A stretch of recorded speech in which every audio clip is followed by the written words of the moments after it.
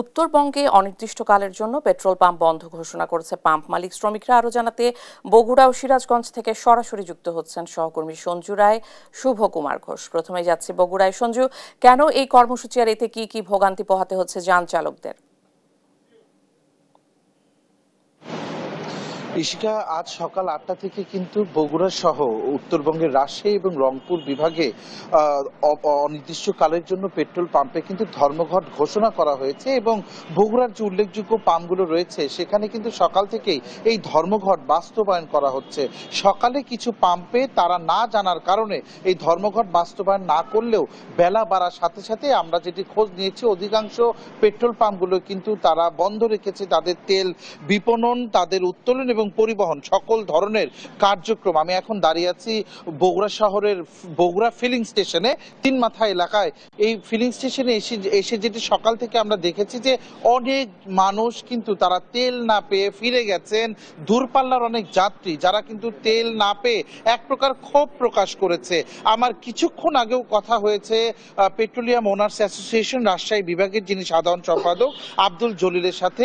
তিনি যেটি জানিয়েছেন যে শুরুতে আসলে তাদের যে বিজ্ঞপ্তি সেখানে নওগাঁ জেলা উল্লেখ করা হলেও তারা কিন্তু পরবর্তীতে সংশোধিত আরেকটি বিজ্ঞপ্তি দিয়েছে। মূলত এই ঘটনার সূত্রপাত তিনি যেটি বলছেন যে বগুড়া জেলার আদমদিঘি থানায় গতকাল আতিকা ফিলিং স্টেশন এবং আনিকা ফিলিং স্টেশন এবং হামিম ফিলিং স্টেশনে সড়ক ও জনপথ বিভাগ একটি উচ্ছেদ অভিযান চালায়। ওনার্স অ্যাসোসিয়েশনের যে দাবি যে কোনো রকম বিনা নোটিশে, মানে কোনো আগে পূর্বে না জানিয়ে তারা যে উচ্ছেদ অভিযানটি চালিয়েছে এটি তাদের ব্যবসায় একটি আঘাত এনেছে এবং এই ব্যবসায় আঘাত আনার জেরেই তারা কিন্তু রাজশাহী এবং রংপুর বিভাগের সকল পেট্রোল পাম্প এটি একটি সুষ্ঠু সমাধান না হওয়া পর্যন্ত, কর্তৃপক্ষের সাথে বৈঠক না হওয়া পর্যন্ত কিন্তু অনির্দিষ্টকালের এই ধর্মঘট তারা ঘোষণা করেছে।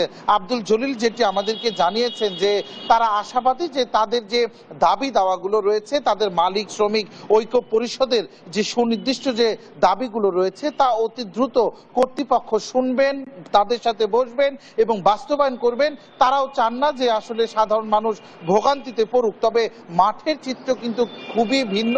সাধারণ মানুষের যে ভোগান্তি, এই তেল না পেয়ে তারা কিন্তু এই পাম্প থেকে সেই পাম্প এবং এখান থেকে সেখানে এই যে ঘোরাঘুরি, এতে যে তাদের মধ্যে যে বিভ্রান্তির সৃষ্টি হয়েছে শুধু তাই না, এখানে আসলে সাধারণ মানুষের যে ক্ষোভ সেটি কিন্তু আমরা দেখেছি। আমরা একটু সরাসরি কথা বলবো বগুড়া ফিলিং স্টেশনের একজন কর্মচারীর সাথে। আসলে আপনারা কখন জেনেছেন আর এখন কি অবস্থা?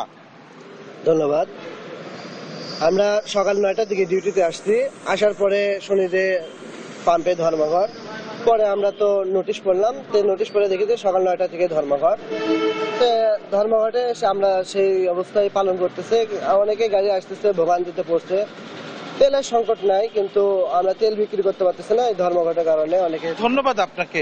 ইশিকা, আপনি শুনছিলেন আসলে এই পরিস্থিতি সাধারণ মানুষের এখন একটাই দাবি যে যত দ্রুত সম্ভব এই ভোগান্তির যেন অবসান ঘটে।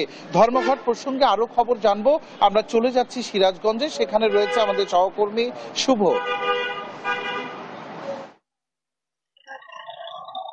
যেমনটা বলছিলেন যে সিরাজগঞ্জেও কিন্তু উত্তরবঙ্গের অন্যান্য জেলার মতো বন্ধ রয়েছে তেল উত্তোলন, বিপণন এবং সকল পেট্রোল পাম্পগুলো।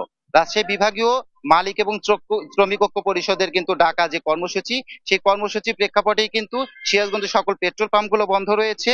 বাঘাবাড়ি তেল ডিপোতে কিন্তু বন্ধ রয়েছে তেল উত্তোলন এবং বিপণন। এতে কিন্তু স্বাভাবিকভাবেই ব্যাপক ভোগান্তিতে পড়েছেন সাধারণ জনগণ। তারা বলছেন যে দ্রুত এটা একটা সমস্যার সমাধান করে এটা যেন দ্রুত পাম্পগুলো চালু করা হয়, না হলে কিন্তু আজকে যেমন হয়তো যানবাহনগুলো চললেও আগামীকাল থেকে কিন্তু ভারী যানবাহনগুলো চলাচল বন্ধ হয়ে যাবে। আমরা কথা বলেছিলাম কিছু বাসের ড্রাইভারের সঙ্গে, বাস চালকরা কিন্তু বলেছেন যে তাদের যে তেলটা গতকালকে নেওয়া ছিল সেই তেলটা দিয়ে তারা আজকে গাড়িগুলো চালাতে পারবেন, কিন্তু যদি আজকে তারা যাত্রা শেষ করে এসে আবার যদি তেল না নিতে পারেন সেই ক্ষেত্রে কিন্তু আগামীকালকে তারা বাস চলাচল বন্ধ হয়ে যাবে, এবং যদি বাস চলাচলটা বন্ধ হয়ে যায় সেক্ষেত্রে কিন্তু আরো ভয়ঙ্কর একটা অবস্থান তৈরি হতে পারে। আমরা একটু কথা বলবো যে এখানে অনেকেই মোটরসাইকেল আরোহীরা কিন্তু তেল নিতে আসছেন পাম্পে। আমরা একটা পাম্পে আছি, সিরাজগঞ্জের একটি পাম্পে, সেই পাম্পে একটু কথা বলার চেষ্টা করবো একজন মোটরসাইকেল আরোহীর সঙ্গে। আপনারা তেল নিতে আসছেন, এসে তেল পাচ্ছেন না, কেমন?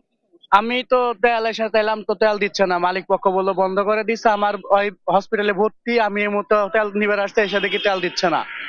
আমি এখন কি করবো বলেন, আপনারাই বলেন। ধন্যবাদ। যেমনটা বলছিলেন উনি, এটা কিন্তু মূলত গতকালকে রাজশাহী উত্তরবঙ্গের যে ট্যাঙ্কলরি শ্রমিক ইউনিয়নের যে অফিস আছেন বাঘাবাড়িতে, সেই বাঘাবাড়ি অফিসে বসে কিন্তু তারা এই সিদ্ধান্তটা নিয়েছেন, যে এই কর্মসূচিগুলো দিয়েছেন। এবং তাদের মূল প্রতিবাদটা কিন্তু যে তারা জানিয়েছেন যে রাজশাহী বিভাগের নওগাঁ জেলার কিছু পাম্পে সড়ক ও জনপথ বিভাগের কর্মকর্তারা তারা একটা তাদের দাবি যে অবৈধ একটি অভিযান পরিচালনা করে কিছু পাম্পকে উচ্ছেদ করা হয়েছে। এর প্রেক্ষিতে কিন্তু এই কর্মসূচিটা দিয়েছেন। এবং তারা বলছেন, আমরা কিন্তু কিছুক্ষণ আগেও আমরা কথা বলেছি আহ যারা দায়িত্বে আছেন রাজশাহী উত্তরবঙ্গের ট্যাঙ্কলরি শ্রমিক ইউনিয়নের, তাদের সঙ্গে তারা কিন্তু বলেছেন যে যদি এই দাবিটা যতক্ষণ পর্যন্ত মেনে নেওয়া না হবে ততক্ষণ পর্যন্ত কিন্তু এই অবস্থান তাদের কর্মসূচিটা চালু থাকবে। এবং যদি কর্তৃপক্ষ দ্রুত এইটা না শেষ করেন তাহলে কিন্তু এইটা চলমান যে কর্মসূচি এটা বেশি বেশি বড় হয়ে গেলে কিন্তু এই ভোগান্তি জনগণের জন্য বাড়বে, এমনটাই জানিয়েছেন তিনি। কিন্তু এই ছিল আমার কাছে সর্বশেষ সিরাজগঞ্জ থেকে।